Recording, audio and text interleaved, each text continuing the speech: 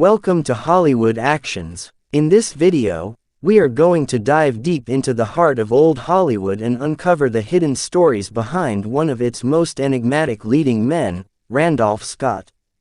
At the age of 80, Scott quietly began revealing some of the most guarded secrets of the Golden Age. The names of male Hollywood actors he had romantic relationships with, at a time when being openly gay could destroy careers. These weren't just flings. These were long-term relationships, forbidden romances, and emotional ties that defied the expectations of the era. Now let's dive in. 1. Cary Grant. If there's one name most often linked to Randolph Scott in whispered tones and speculative biographies, it's Cary Grant. Their story wasn't just a rumor, it was a decades-long companionship. Randolph Scott and Cary Grant met in the early 1930s when they were both up-and-coming actors under contract with Paramount. They were cast in the 1932 film Hot Saturday, which laid the foundation for a lifelong friendship, or more, as many historians suggest. Soon after, the two men moved into a beach house in Santa Monica.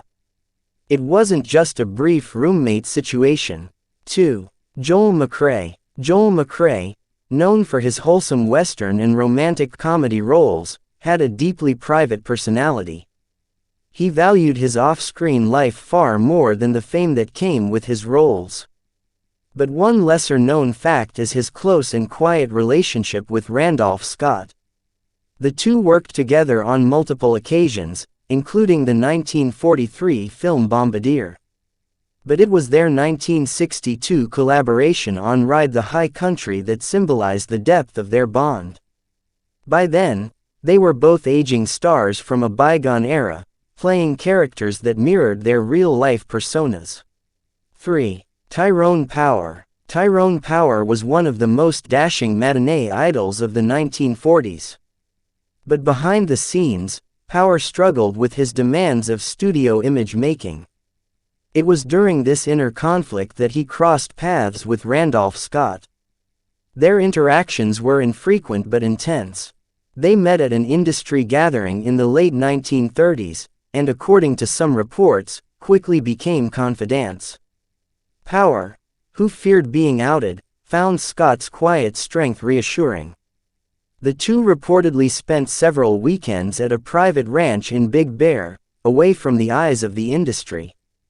4. Rock Hudson. Though Rock Hudson was of a younger generation than Randolph Scott, the two had a connection that was part mentorship, part admiration, and possibly more. Scott had already established himself as a Western icon by the time Hudson arrived in Hollywood. Randolph Scott, who helped guide Hudson in navigating the silent pressures of being a gay man in the public spotlight. Scott introduced him to a few trusted friends, advised him on how to protect his privacy, and even hosted him at private dinners. 5. Tab Hunter. Tab Hunter was the poster boy for 1950s teenage fantasy. With his sun-kissed looks, all-American charm, and clean-cut image, he was the last person the studios wanted to be outed. But beneath the squeaky clean persona was a man desperately trying to navigate life in the closet, and Randolph Scott became both a friend and a source of comfort.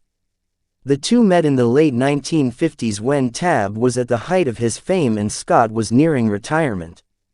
Despite the age gap, they reportedly bonded over shared fears. 6. Van Johnson. Van Johnson was MGM's golden boy in the 1940s, a redhead with boy-next-door charm who lit up the screen in musicals and wartime dramas. But while he was adored by female fans, the man himself lived under a veil of secrecy. And among the few trusted confidants in his life was Randolph Scott. It was during this time that Scott and Johnson allegedly grew close. They were both known for being gentlemanly, reserved, and intensely private. 7. Anthony Perkins. Anthony Perkins, best known as Norman Bates in Psycho, lived a life filled with contradictions. He was intensely shy, emotionally complex, and forever haunted by his fame. Randolph Scott entered his life at a time when Perkins desperately needed someone to guide him. They met in the late 1950s at an exclusive Hollywood Hills dinner party. Perkins, then in his mid-20s, was quiet and observant, while Scott, nearly 60, was composed, protective, and deeply empathetic. 8. William Haynes. William Haynes was Hollywood's first openly gay star, even if the industry never officially recognized him as such. A major silent-era box office draw, Haynes refused to conform to studio pressure, choosing his longtime partner, Jimmy Shields, over a sham marriage. He was eventually blackballed, but never lost his dignity. Before his fall from grace in the early 1930s, Haynes and Randolph Scott crossed paths at several studio mixers and private parties.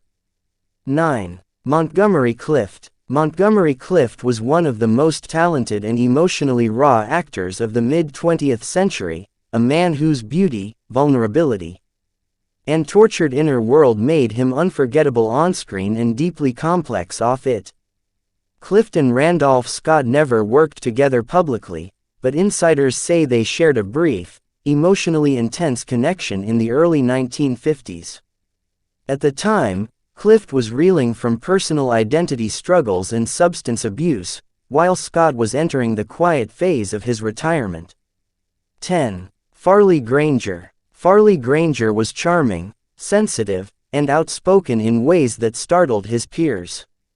Best known for his roles in Alfred Hitchcock's Rope and Strangers on a Train, he was also one of the few actors of his era who lived relatively openly, at least in private circles. Many historians now believe Randolph Scott was one of those unnamed men. 11. Sal Mineo. Sal Mineo was a teen idol, a gifted actor, and one of the first celebrities whose would one day become a matter of public conversation. Known for Rebel Without a Cause and Exodus, Mineo lived a life both brilliant and dangerously vulnerable. It's believed that Mineo met Randolph Scott in the mid-1960s through Rock Hudson. 12. John Hodiak. John Hodiak was a rising star in the 1940s and early 1950s, known for films like Lifeboat and A Bell for Adano. Handsome and magnetic on-screen, he maintained a mysterious off-screen persona. He married actress Ann Baxter, but the marriage ended abruptly, and rumors about his private life never stopped. Hodiak and Randolph Scott reportedly began a discreet friendship in 1950.